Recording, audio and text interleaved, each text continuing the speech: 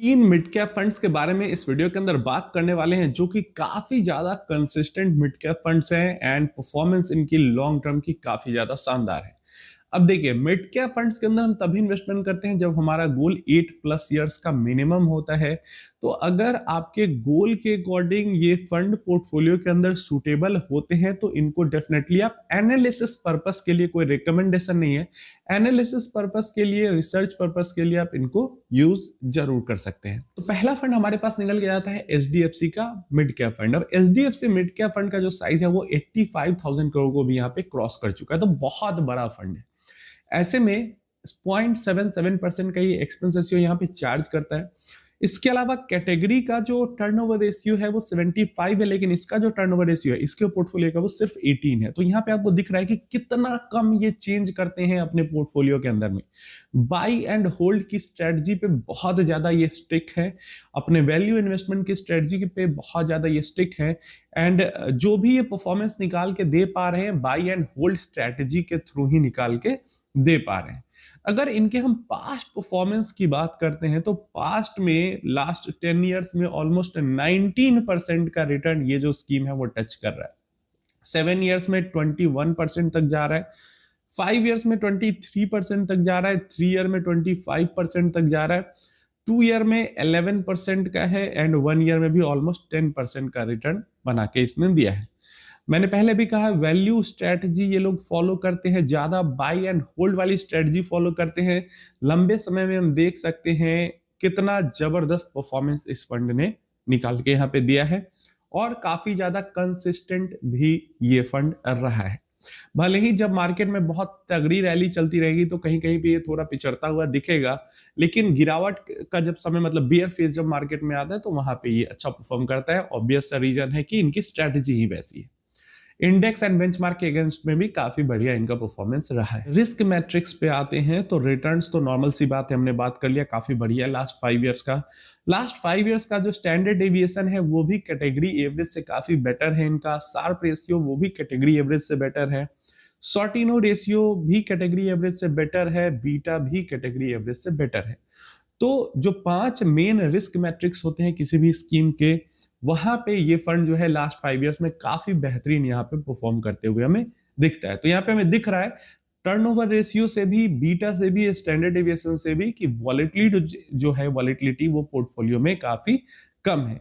तो डेफिनेटली ये फंड वैसे इन्वेस्टर्स के लिए सुटेबल है जो कि मिड कैप में इन्वेस्ट तो करना चाहते हैं, लेकिन एवरेज जो मिड कैप की वॉलेटिलिटी होती है उससे कम पोर्टफोलियो में वॉलेटिलिटी चाहते हैं। नेक्स्ट फंड हमारे पास आ जाता है निप्पॉन का मिड कैप फंड, जिसको हम निप्पॉन ग्रोथ फंड के नाम से भी जानते हैं। बहुत पुराना फंड है, ऑल टाइम का भी परफॉर्मेंस इसका काफी एक्सेप्शनल है। देखते हैं अभी रिसेंट टर्म्स में जो पीछे के कुछ 5, 8, 10 साल है वहां पे क्या इसका रहा है परफॉर्मेंस। तो ऑलमोस्ट 40,000 करोड़ टच कर रहा है। तो पिछला जो हमारा फंड था उसका आधा एयूएम है इसका, 0.78% का एक्सपेंस रेशियो चार्ज कर रही है। कैटेगरी एवरेज का जो टर्नओवर पोर्टफोलियो का है वो 75 है मिड कैप का, लेकिन यहाँ पे अगर टर्नओवर देखें तो सिर्फ और सिर्फ 13 है। एचडीएफसी से भी लगभग उतना ही के आसपास की वॉलेटिलिटी टर्नओवर के मामले में ये रखता है। मतलब बहुत ही एक्सट्रीमली पोर्टफोलियो में बाई एंड होल्ड की स्ट्रेटजी यहाँ पे भी हमें फॉलो होती हुई दिख रही। पोर्टफोलियो में टर्नओवर की वॉलेटिलिटी नहीं है, मतलब बहुत फ्रीक्वेंटली स्टॉक्स को चेंज नहीं करते हैं। एक स्टॉक को खरीदा है कम से कम साल भर तो जरूरी होल्ड करते हैं। 13% का मतलब हुआ कि एक साल में इनका पोर्टफोलियो सिर्फ 13% ही चेंज हुआ है। जो बहुत एग्रेसिव, बहुत मोमेंटम को फॉलो करते हैं उनका पोर्टफोलियो कभी कभी तो साल भर में 2 बार पूरा चेंज हो जाता है। 100%, 150%, 200% का भी आपको टर्नओवर रेशियो देखने को मिलेगा। यहाँ पे सिर्फ 13% का है। थोड़ा सा आगे हम आते हैं, रिटर्न्स के मामले में देखते हैं तो लास्ट 10 इयर्स में ऑलमोस्ट 20% टच कर रहा है। लास्ट 7 इयर्स में 22% है। लास्ट 5 इयर्स में 24% है। लास्ट 3 ईयर में 27% है। लास्ट 3 ईयर में 27%, लास्ट 2 ईयर में 13%, लास्ट 1 ईयर में 12%। तो यहाँ पे हमें और थोड़ी सी बेटर परफॉर्मेंस देखने को मिल जाती है। डेफिनेटली दिख रहा है हमें बेटर परफॉर्मेंस। एंड इसका जो ऑल टाइम का परफॉर्मेंस, मतलब ये जो जिन भी मिड कैप्स की बात करें उनका ऑल टाइम, मतलब सिंस इंसेप्शन जो परफॉर्मेंस है वो भी काफी बढ़िया है। रिस्क मैट्रिक्स पे आते हैं नीचे तो हमें देखने को मिलता है रिटर्न वाइज तो एकदम ऑसम है यहाँ पे। स्टैंडर्ड डेविएशन कैटेगरी एवरेज के आसपास का ही हमें देखने को मिल रहा है। Sharpe ratio better category average से देखने को मिल रहा है। सॉर्टिनो रेशियो भी कैटेगरी एवरेज से बेटर देखने को मिल रहा है, लेकिन बीटा भी हमें यहाँ पे कैटेगरी एवरेज के आसपास का ही देखने को मिल रहा है।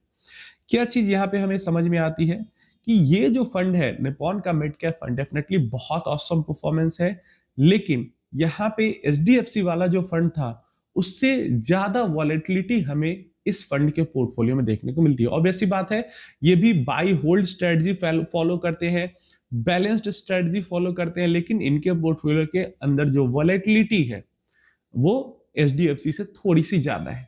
तो हमें परफॉर्मेंस के मामले में भी, रिटर्न के मामले में भी दिख रहा है कि ये फंड ने रिटर्न भी एचडीएफसी से बेटर बना के दिया है। तो ज्यादा रिटर्न और ज्यादा वॉलेटिलिटी एचडीएफसी से निप्पॉन के अंदर में है। मिड कैप कैटेगरी की हम यहाँ पे बात कर लेते हैं। तो नेक्स्ट हमारे पास जो फंड है वो आ जाता है एडलवाइज का मिड कैप फंड। इसका एयूएम जो है वो और ज्यादा कम है, 13,500 करोड़, 13,500 करोड़ के आसपास का एयूएम है। एक्सपेंस रेशियो बहुत कम चार्ज कर रही है, उन दोनों के मुकाबले में 0.49% का एक्सपेंस रेशियो ये चार्ज कर रही है। यहाँ पे जो टर्नओवर रेशियो है वो 54% का है। तो ऑलमोस्ट एक साल में इसने आधा पोर्टफोलियो अपना चेंज कर लिया है। तो ये एचडीएफसी या निप्पॉन का जो मिड कैप फंड जिस तरीके की by and hold strategy follow करते हैं, उतना ज्यादा होल्ड ये नहीं करते। ये एक्टिवली थोड़ा ज्यादा अपने पोर्टफोलियो को मैनेज कर रहे हैं अपने मिड कैप फंड के अंदर में, एडलवाइज वाले। अब यहाँ पे रिटर्न्स की बात करते हैं तो 10 इयर्स में यहाँ भी 20%, 7 इयर्स 23%, 5 ईयर 23%, 3 ईयर 27%, 2 ईयर 14-15% तक 2 ईयर में जा रहा है, एंड 1 ईयर में 10-11% जा रहा है। क्या दिख रहा है यहाँ पे? एक्टिवली मैनेज कर रहे हैं पोर्टफोलियो को, तो रिटर्न्स देखिए यहाँ पे और ज्यादा बढ़े हुए दिख रहे हैं। नीचे इसका जब हम रिस्क मैट्रिक्स देखते हैं तो आपको और अच्छे से समझ में आएगा। रिटर्न तो ऑब्वियस सी बात है बहुत बढ़िया है। जो स्टैंडर्ड डेविएशन है लास्ट 5 ईयर का कैटेगरी एवरेज के ऑलमोस्ट बराबर या थोड़ा सा बुरा ही हम कहेंगे। शार्प रेशियो बढ़िया है कैटेगरी एवरेज से काफी, सॉर्टिनो रेशियो भी कैटेगरी एवरेज से बढ़िया, लेकिन फिर जब हम बीटा पे आते हैं तो ऑलमोस्ट कैटेगरी एवरेज के बराबर या थोड़ा सा खराब हमें देखने को मिलता है। मतलब बीटा एंड स्टैंडर्ड डेविएशन दोनों यहाँ पे खराब है। कहने का मतलब क्या है? एक्टिवली मैनेज कर रहे हैं तो नॉर्मल सी बात है, मतलब काफी हेविली एक्टिवली मैनेज कर रहे हैं अगर एचडीएफसी और निप्पॉन के मुकाबले में हम देखें तो ऐसे में ऑब्वियस सी बात है जब पोर्टफोलियो चेंज होगा, फ्रीक्वेंटली स्टॉक्स चेंज होंगे तो थोड़ी सी वॉलेटिलिटी तो बढ़ेगी। तो यहाँ पे वॉलेटिलिटी बढ़ गई, लेकिन वॉलेटिलिटी बढ़ी तो क्या बढ़ा? वॉलेटिलिटी के साथ साथ यहाँ पे परफॉर्मेंस भी बढ़ गया, यहाँ पे रिटर्न्स भी ज्यादा मिल गए। तो ये हमेशा ही होता है जो फंड्स, अब देखो शॉर्ट टर्म में भले ही कोई फंड बुरा कोई फंड अच्छा आपको दिख सकता है, लेकिन लॉन्गर टर्म टाइम फ्रेम में जिस फंड के अंदर वॉलेटिलिटी थोड़ी ज्यादा होती है, वॉलेटिलिटी होती ही इसलिए ज्यादा है क्योंकि वो थोड़ा ग्रोथ की तरफ ज्यादा अपना झुकाव रखते हैं। जैसे एडलवाइस हो गया, अगर एचडीएफसी के मुकाबले में देखें तो एचडीएफसी बहुत ज्यादा वैल्यू की तरफ झुकाव है, एडलवाइस का ठीक है कहने के लिए बैलेंस्ड है, लेकिन ग्रोथ की तरफ इनका झुकाव है। तो वॉलेटिलिटी बढ़ी तो थोड़ा सा रिटर्न भी बढ़ जाता है। तो 3 बहुत कंसिस्टेंट फंड मैंने इस वीडियो के अंदर बताया है, जो कि तीनों को आपको वैल्यू के साथ जाना है, बैलेंस्ड के साथ जाना है, या थोड़ा सा ग्रोथ की तरफ जाना है, अलग अलग की तरफ जा सकते हैं और इसको अपने रिसर्च पर्पस के लिए यूज कर सकते हो। अब ऐसा नहीं है कि यही 3 बेस्ट मिड कैप फंड, इसके अलावा कोई फंड आपने रखा तो बेकार है, बेच के हट जाना चाहिए, ऐसा नहीं है ना? आपकी जो एक्सपेक्टेशन है आपको पूरा कर रहा है तो आपका फंड बहुत बढ़िया है, बेस्ट है, ये समझ लो। ये 3 अच्छे हैं, कंसिस्टेंट है, इसको आप रिसर्च के लिए जरूर यूज करो। और क्या आपके पोर्टफोलियो में इनमें से कोई फंड है, नीचे कमेंट बॉक्स में जरूर बताएं।